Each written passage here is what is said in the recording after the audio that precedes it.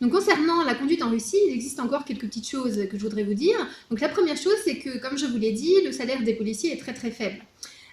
Donc c'est pour ça qu'en plus, il y a une blague qui circule parmi les Russes concernant donc ce phénomène où les policiers mettent comme ça des amendes à tire-larigot un peu à tout le monde. Donc c'est l'histoire d'un policier qui arrête justement un conducteur et qui lui dit voilà, hop, infraction, vous avez une amende pour excès de vitesse. Alors le conducteur il le regarde, il dit mais non mais attendez, mais je vous assure, je vous jure sur la tête de mon chien que je n'ai absolument pas enfreint les règles ni la loi, je vous assure, j'ai conduit à 60 km/h en ville.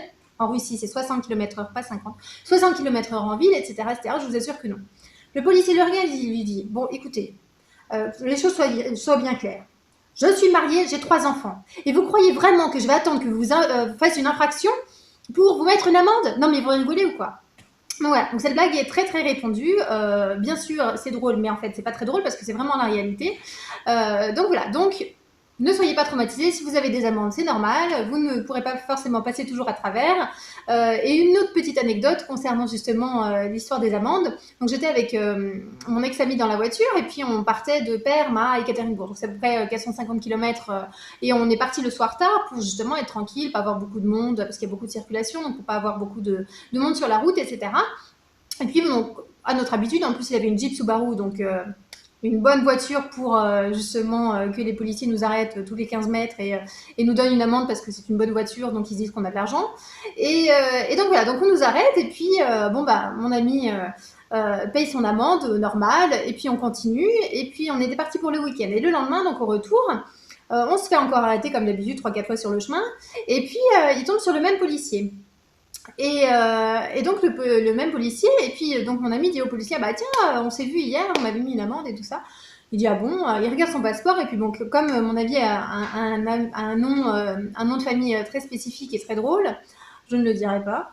Mais pour ceux qui le connaissent, vous savez de quoi je parle. Et donc il dit ah bah oui en effet c'est un nom qui n'est pas du tout commun en Russie, etc., etc. Donc ah bah oui bah tiens comment allez-vous, donc il serre la pince, il commence à discuter et puis moi je voyais ça de loin parce que je suis restée dans la voiture et je me dis c'est pas possible, ils sont en train d'être potes ou alors ils sont amis, bon c'est sûrement pas avoir d'amende, ça c'est sûr, et puis surtout bon bah c'est bien comme ça qu'il y a une bonne relation entre les personnes des autorités et puis les simples citoyens comme nous. Et en fait, donc, Vadim revient dans la voiture et puis je dis alors, t'as eu une amende? En fait, non, j'imagine que vous vous connaissez et tout. Il me dit non, non, j'ai eu une amende. Je dis bah pourquoi Il me dit bah c'est le même policier qu'hier, donc bah voilà, on a un peu discuté. Et tout ça. Donc voilà, donc ça c'est très à la russe aussi. Hein, donc il paye sans problème une amende parce que bon bah pourquoi faire des histoires, ça sert à rien parce que les histoires peuvent être très graves. Hein, ils peuvent aussi vous enlever le permis. Donc maintenant il y a des petites caméras comme ça qu'on peut avoir dans la voiture qui prouvent en effet, enfin qui filment tout et puis où il y a marqué le nombre de kilomètres-heure qu'on fait, etc., etc., pour pouvoir prouver s'il y a quoi que ce soit. En général, chez les chauffeurs de taxi, il y a ça. Et donc voilà, mais malgré tout, donc en effet, personne ne va en justice. Et puis, si on fait trop de scandales, une fois ça nous est arrivé, on n'avait plus d'argent sur nous, donc on ne pouvait pas payer même l'amende. Et en plus, on n'était pas du tout dans notre région. Là, par contre, on nous a menacé de prendre, non pas seulement d'aller en justice, mais d'enlever le permis de conduire de mon ami. Donc, faut pas rigoler avec ça.